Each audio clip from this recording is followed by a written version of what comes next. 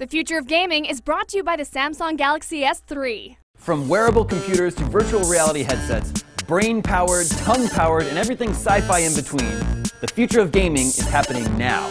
And IGN is here to take a closer look at the groundbreaking technologies that will influence the way you play video games in the near future.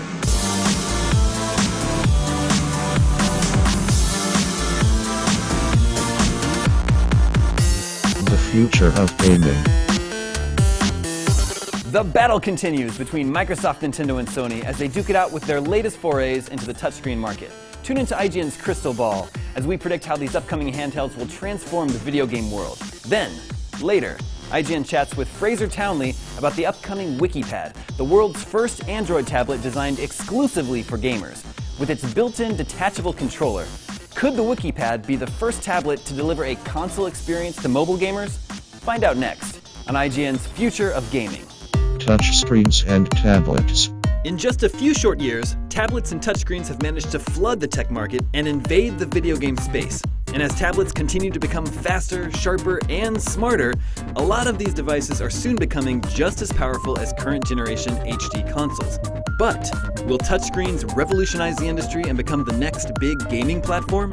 Not surprisingly, hardcore gamers are not letting go of their controllers just yet. The problem the hardcore has with touchscreens or tablet-based gaming is the fact that we keep taking hardcore games or proven game genres and trying to shove them into a touchscreen. Well, there's only so much you can do with the touch controls, right? It's, you know, if I want to play Halo or Gears of War, it's physically impossible to do on a tablet. Yeah, I mean, I think a lot of the people that are making tablet games are still sort of in a console mindset, and so they take things that worked on consoles and then they put those controls on a tablet. So you'll see sort of, you know, virtual fire buttons for a game, and you'll have a virtual joystick to move, and that just doesn't feel good on a tablet. Like, I know how Mario Brothers should control. I don't need now to be tapping and dragging and doing all these crazy things, making this new device work with an old idea. The games that are successful on tablets, the games that everyone wants to embrace, every gamer wants to play, are the ones taking the technology and doing something new with it. So tablets are a platform just like any other platform, and it's up to the individual developer to make the most of that platform. And there's absolutely no reason that, you know, very high fidelity, complex, great-looking games can't exist on tablets right alongside simpler casual titles like Angry Birds. Nintendo has already proven to be ahead of the curve when it comes to setting trends in the video game world. In fact, 3 years before the iPhone exploded onto the scene, gamers were already tapping away on the Nintendo DS. Now, the world awaits Nintendo's newest movement in touchscreen technology with the launch of the Wii U Gamepad.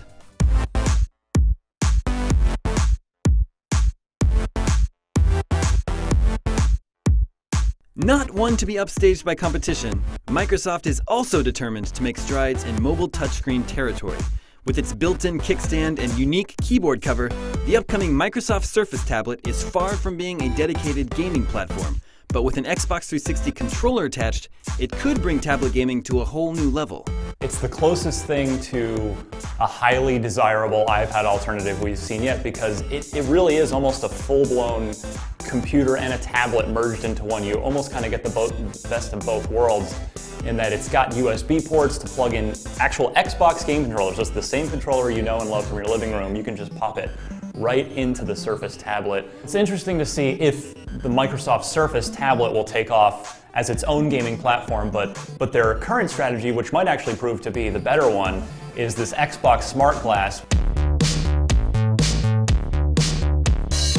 The Xbox Smartglass is on the Surface, pardon the Microsoft pun there, but it's very much designed as a, oh, don't go buy that Wii U system with its built-in touchscreen. We've got that for you right here on your Xbox. So it definitely has the potential to do interesting things. I mean, we've seen tech demos where in Madden NFL football, for instance, you could have your game control in your hand and then your tablet with Smartglass and actually draw up a play with your finger and then pick the controller back up and execute that play.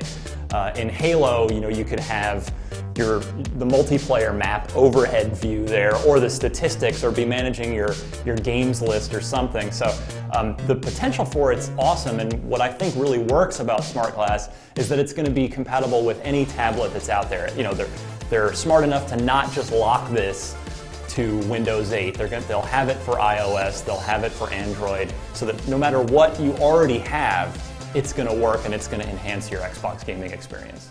Last but not least of the big trifecta, Sony has developed their own touchscreen solutions to evolve with the rest of the fray. Armed with the unique touchscreen capabilities of the new PlayStation Vita and a line of certified PlayStation games coming to mobile phones, it's clear that Nintendo and Microsoft aren't without competition.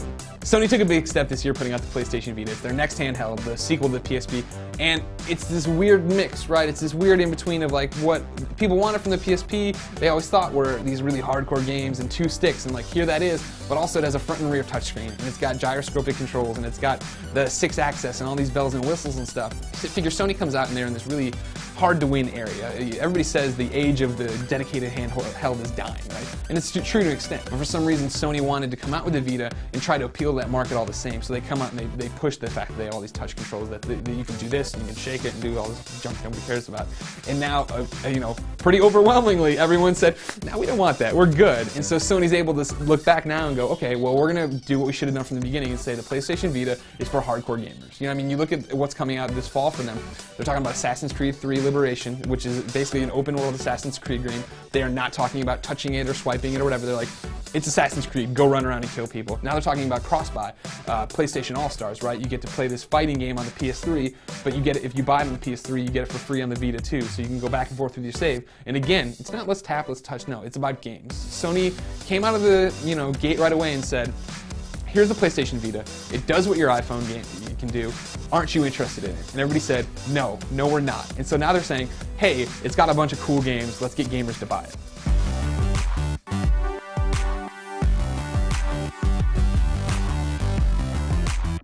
While Nintendo, Microsoft, and Sony are quickly embracing the touchscreen technology, it's obvious they're playing catch-up to the highly competitive tablet and phone industry. By 2015, profits from mobile gaming are expected to reach an all-time high of $16 billion. Not too shabby for a market originally intended for casual gamers. And as the number of these touch devices continue to grow, more and more developers are tailoring games specifically for these mobile platforms. But does that mean the future of video games is headed outside the living room? So there's no doubt that touchscreens and tablets, that's here to stay, right? I mean, the Wii U comes out and it's like our controller is a tablet. And the PlayStation Vita right now, it's already been shown working with the PlayStation 3 as a tablet. You imagine it'll have on PlayStation 4 as well. Where we all end up in this is anybody's guess. For me, I still don't see it being that future. I still don't see the tablet being the definitive, I'm sitting down with my beer and I'm going to turn off the lights and play Dead Space 4. That's not what it's going to be for me. The whole touchscreen gaming thing is anything but a trend. It is here to stay. 25 years ago with a Nintendo, we could have never fathomed the idea of playing the same game online with someone else. I think, in another few years, we'll take that touchscreen for granted. It'll just be next to us and there and part of the game experience. We are starting to see a lot more game developers sort of figure out how to make touchscreen gaming work for a hardcore audience. Even though touchscreens have been around for a long time, hardcore game makers are only just now sort of catching up and figuring out how to make games that are built from the ground up for touchscreens instead of just taking what works on consoles and trying to just shoehorn that into the touchscreen market.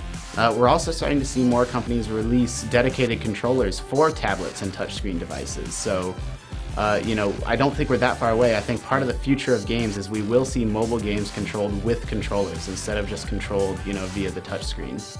What do you get when you merge a game controller with a super fast, super light, and super thin tablet? According to Fraser Townley of Wikipad, you get the world's first portable console gaming experience. So Nick, welcome to my office. Thank you. I'd like to demonstrate to you, first of all, the tablet itself. And as I said to you earlier, this is one of the thinnest, lightest tablets on the market. It's also super fast with the Tegra 3 processor. Some of the other things we did, however, was in the design aspects. And if you can see from the back, we have this lip that runs around the product. And this does several things. First and foremost, it's a locator for the gamepad, which I'll show you in a minute. But secondly, it gives you a firm grip on the product, whether you're left-hand or right-handed, whether it's portrait or landscape, it's a comfortable feel for you to hold. So Nick, your first touch. All right, let's give it a shot. Okay. Okay, yeah, it's very light. It's surprisingly light.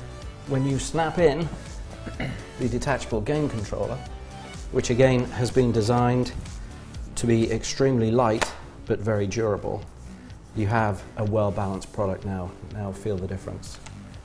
It still feels very light. So what are the specs of the Wikipad? The Wikipad is a 10.1 inch screen. It's an IPS screen. The resolution is 1280 by 800. The processor is the Tegra 3 quad-core. It reminds me more of, computer gaming than tablet gaming. The buttons have a good feel to them as well. They're not like super cheap buttons or anything like that. Thanks a lot for letting me check it out, Fraser.